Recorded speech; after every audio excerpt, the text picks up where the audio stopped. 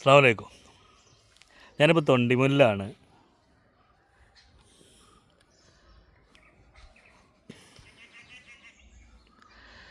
ഈ സ്ഥലത്ത് റബ്ബറുണ്ടായിരുന്നു. 2004 ഞാൻ മാർക്ക് ചെയ്ത മരങ്ങളായിരുന്നു.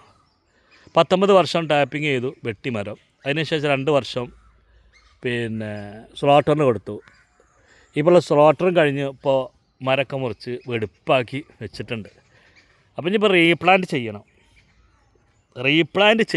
ചെയ്യേണ്ടതെന്ന് ആലോചിക്കുകയാണ്. അതിന് കാരണം എന്താ പറയുക, ഈ മേഖലകളിലൊന്നും ഇപ്പോൾ ടാപ്പിംഗുകാരും തൊഴിലാളികളൊന്നും കിട്ടാനില്ല. ആരും പഠിക്കണമില്ല. ആർക്കും ഇത്തരം ജോലികളൊന്നും ആർക്കും വേണ്ട. രാവിലെ വന്ന് കൊതുകടി കൊള്ളാനൊന്നും ഇപ്പോൾ ആൾക്കാരെ കിട്ടണില്ല. അതുകൊണ്ട് പുതിയ തൊഴിലാളികൾ, പുതിയ ആളുകൾ ഇത് പഠിക്കാനില്ല, രംഗത്തേക്ക് വരാനില്ല. ടാപ്പിങ്ങിന് ആൾക്കാരെ കിട്ടാൻ, നല്ലൊരാളെ കിട്ടാൻ വലിയ പ്രയാസമുള്ളൊരു സമയമാണ് ഈ കാലഘട്ടം. പക്ഷേ ഈ കൃഷിയൊക്കെ നിലനിൽക്കണ്ടേ? കൃഷിയൊക്കെ നിലനിർത്താനല്ലോ രാജ്യത്തിന് ആവശ്യമായ ഒരു സംഭവമാണ് രാജ്യത്തിലെ കൃഷിക്കാരെ നിലനിർത്തൽ. ഈ രാജ്യത്തിൻ്റെയും നാടിൻ്റെയൊക്കെ നട്ടെല്ലാണ് കൃഷിക്കാർ. അപ്പോൾ അവരെ നിലനിർത്താൻ വേണ്ടി ഉള്ള കാര്യങ്ങൾ സർക്കാരിൻ്റെ ഭാഗത്തുനിന്ന് ഉണ്ടാവണമെന്നാണ് പറയാനുള്ളത്. ഈ മേഖല നിലനിർത്തണമെങ്കിൽ ടാപ്പിങ്ങുകാർ, തൊഴിലാളികൾ വേണം. അത് നിർബന്ധമാണ്. ബംഗ്ലാദേശിൽ നിന്നോ എവിടെ നിന്നൊക്കെ ആളെ കൊണ്ടുവന്ന് പഠിപ്പിച്ചിട്ട് ഈ കൃഷി നിലനിർത്തണമെന്നാണ് പറയാനുള്ളത്. കൃഷിൻ്റെ കൂട്ടത്തിൽ കുറച്ചൊക്കെ നല്ലത് റബ്ബറാണാനും വലിയൊരു പണിയില്ല. ഒരു 6 വർഷമൊക്കെ, 4 വർഷം കുട്ടികളെ നോക്കണ മാതിരി പരിപാലിക്കണം. പിന്നെ ഒരു 2-3 വർഷം പരിപാലനം വേണം. 7 വർഷം പരിപാലിക്കണം. അതിനുശേഷം പിന്നെ വലിയൊരു ബുദ്ധിമുട്ടും പ്രയാസമില്ലാത്ത ഒരു സാധനമാണ് ഈ റബ്ബർ. മറ്റുള്ള കൃഷിനെ പോലെയല്ല. അപ്പോൾ കൃഷിക്കാരനെ നിലനിർത്തണം എന്നാണ് സർക്കാരിനോട് പറയുള്ളത്. അതോടൊപ്പം തന്നെ ഇപ്പോൾ ഒരു പ്രകൃതിക്ഷോഭം ഉണ്ടായാൽ കൃഷിക്കാരനെ സംബന്ധിച്ച് ആദ്യമാണ് ബേജാറാണ്. കൽബിന് വലിയ ബേജാറാണ്. വലിയ മഴ അല്ലെ കാറ്റൊക്കെ ഉണ്ടാകുമ്പോൾ. കാരണം വാഴ ഉണ്ടാവും, തെങ്ങുണ്ടാവും, കവുണ്ടാവും, റബ്ബറുണ്ടാവും. അത് വലിയൊരു പ്രയാസമുള്ള സമയങ്ങളൊക്കെ കടന്നു പോകലുണ്ട്. പലരും കടത്തിൽ മുങ്ങലുണ്ട്. അങ്ങനത്തെ പ്രതിക്ഷോഭത്തിലൊക്കെ പെട്ട് കഴിഞ്ഞാൽ ചില ആൾക്കാർ ആത്മഹത്യ ചെയ്യുന്നതൊക്കെ നമ്മൾ വായിക്കലുണ്ട്, മനസ്സിലാക്കലുണ്ട്.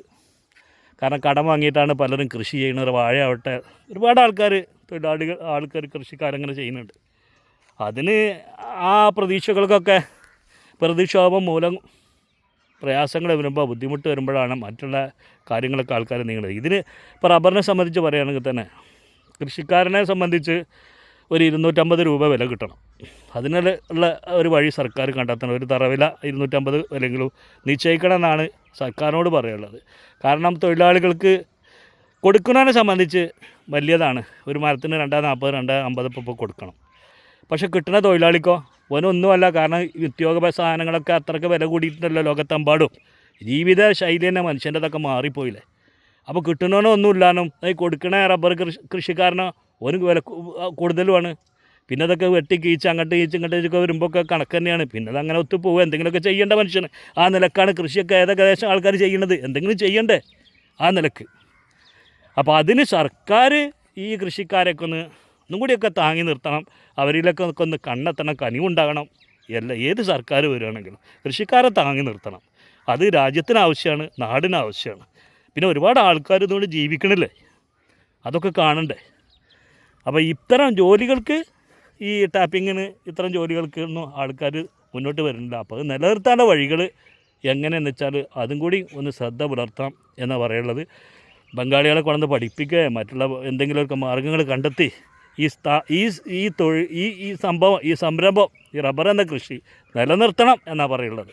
അസ്സലാമു അലൈക്കും.